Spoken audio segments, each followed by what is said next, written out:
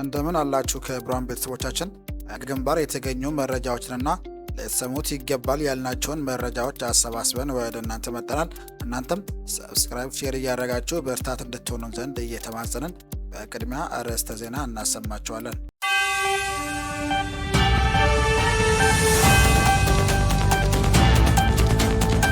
የደጋው መብረቅ ኩል በርካታ ወራቶች ሲያሰለጥናቸው የነበሩ ፋኖችን በደማቅ ትርኢት ታጅበው አስመረቀ። የአማራ ፋኖ ብሔራዊ ኃይል ምስራቅ አማራ ቀጠና በልክዝ የደጋው መብረቅ ኩል ለአራተኛ ዙርና ለበርካታ ወራቶች ሲሰለጥኑ የነበሩ የእግረኛ ስልጠና ፋኖችን በዛሬው ዕለት በድምቀት ተመርቋል። አብራችሁ ስትቆዩ የምትሰሙት መረጃችን ነው። ኢያሱ ኮር 24ኛው ክፍለ ጦር ውጫሌ ከተማ ዙሪያ ከባድ ትንቅንቅና ተጋድሎ በማድረግ ድል አስመዘገበ።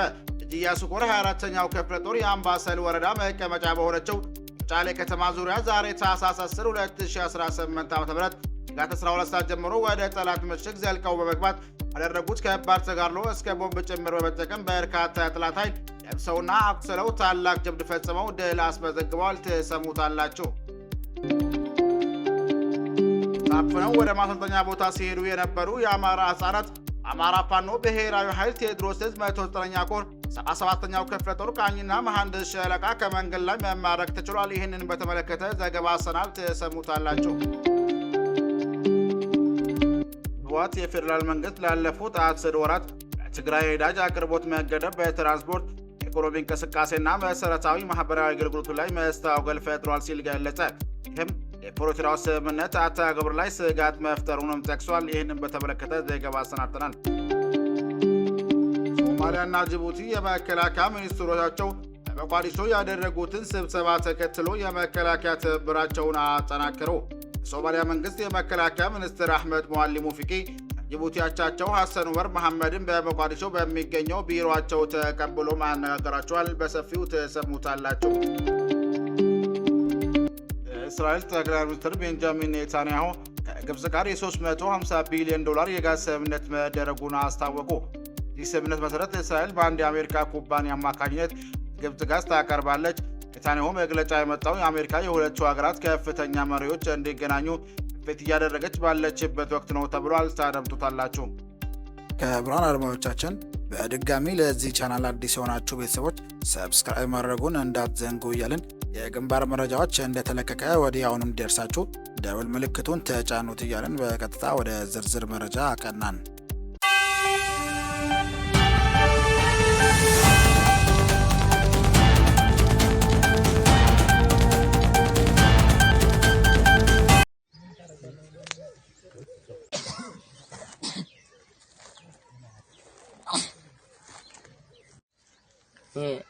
ግርማው ዓለም ነው እባላለሁ።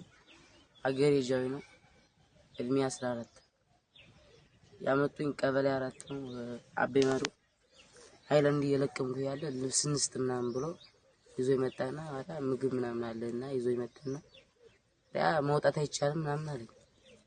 አይሻልኩኝና እያልኩ አስገባኝና ሲመጣ መኪናው ሲመጣ ይዞ ነዳ አዳ ሞከር ላይ ወሰደና 3 ቀን ምናምን ሜዲካል ታፍነው ወደ ማሰልጠኛ ቦታ ሲሄዱ የነበሩ የአማራ ሕፃናት በአማራ ፋኖ ብሔራዊ ኃይል ቴዎድሮስ ዕዝ 109ኛ ኮር 77ኛው ክፍለ ጦር ቃኝና መሐንዲስ ሻለቃ ከመንገድ ላይ መማረክ ተችሏል።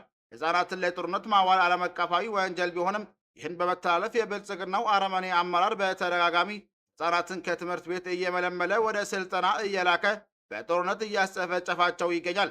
ውጊያው የማረክናቸው ሕፃናትም የስነ ልቦና ጫና ውስጥ በመግባታቸውና የጤና መታወክን የአእምሮ ሰላም እንዳጡ በተለያዩ ጊዜ ያረጋገጥናቸው ጉዳይ ነው ሲሉ የአማራ ፋኖ ብሔራዊ ኃይል ገልጿል። ይህን የመከላከል ኃላፊነት የወደቀበት የአማራ ፋኖ በተለያዩ ጊዜ ስልጠና እንዳያገኙ በደፈጣ ከነ መኪና በመማረክ የስነ ልቦና ስልጠናና የተሃድሶ ስልጠና እየሰጠ ወደ ቤተሰቦቻቸው መላኩን ተያይዞታል። ከዚህም በፊትም ደብረ ማርቆስ ዙሪያ በበረሃኛው ጅበላ ብርጌድ በርካታ ሕፃናት በ2016 ዓ.ም መልቀቁም የሚታወስ ሲሆን ዛሬም ታፍነው ወደ ማሰልጠኛ ቦታ ሲሄዱ የነበሩ የአማራ ሕፃናት በአማራ ፋኖ ብሔራዊ ኃይል ቴዎድሮስ ዕዝ 109ኛ ኮር 77ኛው ክፍለ ጦር ቃኝና መሐንዲስ ሻለቃ ከመንገድ ላይ በመማረክ ስልጠና እየሰጠም ይገኛል።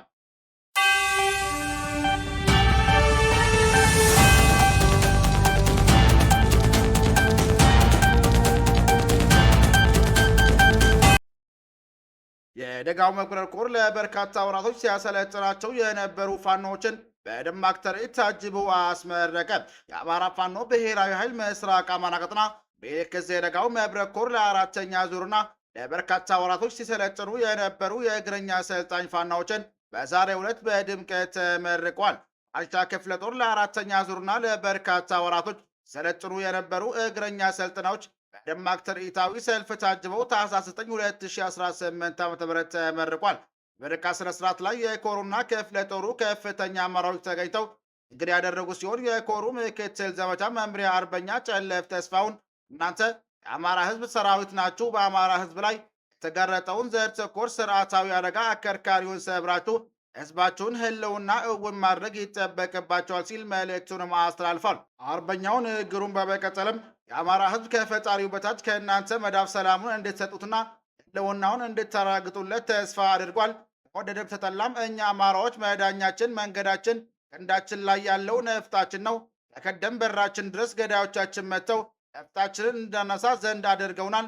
ከዚህ ደግሞ መሰልጠን መታጠቅና ዘመኑ የሚዋጀውን ሆኖ መገኘት ይጠበቅብናል።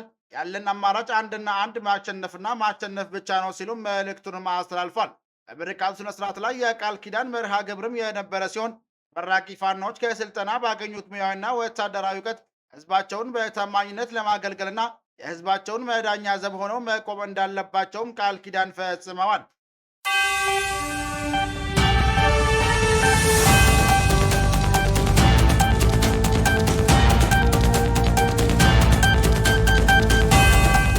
ኢያሱ ኮር 24ኛው ክፍለ ጦር ወጣሌ ከተማ ዙሪያ ከባድ ትንቅንቅና ተጋድሎ በማድረግ ድል አስመዘገበ። ኢያሱ ኮር 24ኛው ክፍለ ጦር የአምባሰል ወረዳ መቀመጫ በሆነችው ወጣሌ ከተማ ዙሪያ ዛሬ ታኅሳስ 9 2018 ዓ.ም ከነጋቱ 12 ሰዓት ጀምሮ ወደ ጠላት ምሽግ ካምፕ ዘልቀው በመግባት ባደረጉት ከባድ ተጋድሎ እስከ ቦምብ ጭምር በመጠቀም በርካታ የጠላት ኃይል ደምስሰውና አቁስለው ታላቅ ጀብድ ፈጽመው ድል አስመዝግበዋል። አራተኛው ክፍለ ጦር በተጋድለው ወጫሌ ከተማ ቆንጥሮ ላይ የጠላትን ምሽግ ሁሉ ደምስሰው በመግባት ትልቅ ጀብድ የፈጸሙ ሲሆን ከ40 በላይ የጠላት ኃይል ሙትና ቁስለኛ አድርገው ለጊዜው ቁጥሩ ያልታወቁ የነፍስ ወከፍ ክላሽን የተለያዩ ተተኳሾችንም ተማርከዋል። የፋሽስቱ ብልጽግና ሰራዊት ከተለያዩ አገሪቱ አካባቢና ከኦሮሞ ብልጽግና ልዩ ኃይል ጭምር አፍቶ ሲመጣ በምድር በመከናየዝና በአየር ኃይል ጀትና ድሮን ከፍተኛ ድጋፍ ሊደረግለት ቃል ተገብቶለት መጥቶ ውጊያው እያካሄደ ያለው ሲሆን አየር ንብረቱ ለድሮን ባይመችበት በዳመና ጊዜ ውሳኔ ተሰልቦና ውጊያው ከብዶት በጅምላ እየተደመሰሰና እየተማረከም ይገኛል።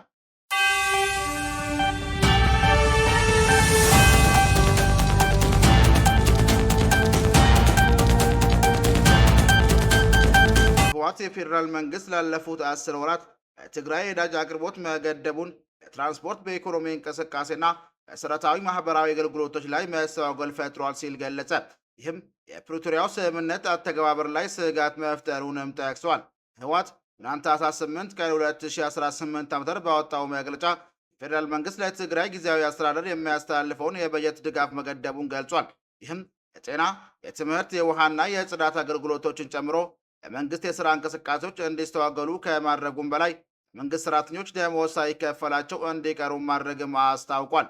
መግለጫው አክሎም በትግራይ መልሶ ማቋቋም ኢንዶመንት ፈንድ ስር ያሉ የኩባንያዎች የባንክ ሂሳብ መታገዱን ኮንኗል። ይህም ድርጅቶች የሥራ እንቅስቃሴ እንዲቆምና 10 ሺዎች የሚቆጠሩ ሰራተኞች ያለ ደመወዝ እንዲቀሩ ማድረጉን ገልጸዋል። የኢትዮጵያ መንግስት ወደ ትግራይ የሚገባውን የነዳጅ አቅርቦት በከፍተኛ ሁኔታ ከገደበው 10 ወራት ሊሞላው ቀርቧል ያለው ህወሓት የህዝብና የጭነት ተሽከርካሪዎች የኢኮኖሚ እንቅስቃሴዎችና እንዲሁም ለሴቶችና ለህፃናት የሚሰጡ የድንገተኛ አምቡላንስ አገልግሎቶች ጨምሮ ማህበራዊ አገልግሎቶች ሽባ አድርጓል ሲልም ገልጿል። ፓርቲው የእነዚህ እርምጃዎች ድምር ውጤት በሰላማዊ ነዋሪዎች ላይ የተጣለ ዳግም ከበባ ነው ሲል ገልጸውታል። ይህም በሰላም ሂደት ላይ ያለውን እምነት ሊሸረሽርና ከፕሪቶሪያ ስምምነት መፈረም በኋላ የተገኙ ውጤቶችን ወደ ኋላ ሊመልስ እንደሚችል አስጠንቅቀዋል። ህወሓት ዓለም አቀፉ ማህበረሰብ በአስቸኳይ ጣልቃ እንዲገባ ጥሪ አቅርቧል። አክሎም ሁኔታው ይበልጥ እንዳይባባስ በክልሉ ያለውን ሰላም ለመጠበቅ ሲባል ኢኮኖሚ እንቅስቃሴው እንዲያንሰራራ የመንግስት ዘርፉ የገንዘብ ድጋፍ እንዲያገኝና መሰረታዊ አገልግሎቶች እንዲመለሱ ድጋፍ እንዲደረግም አሳስቧል።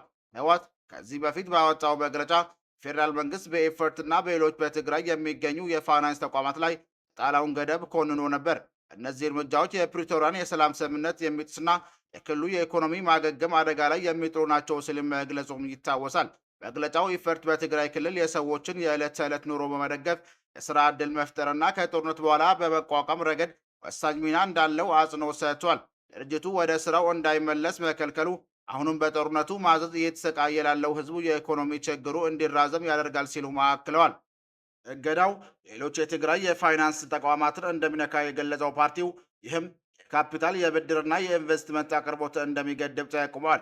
ሰላምን ዘላቂ በማድረግ የኢኮኖሚ እንቅስቃሴ ማናጋት ወሳኝ በሆነበት በዚህ ወቅት እንዲህ ያሉ እርምጃዎች ድህነትን ሊያባብሱ የማገገም ሂደቱን ሊያስተዋግሉ እንደሚችሉ ፓርቲው አሳስበዋል።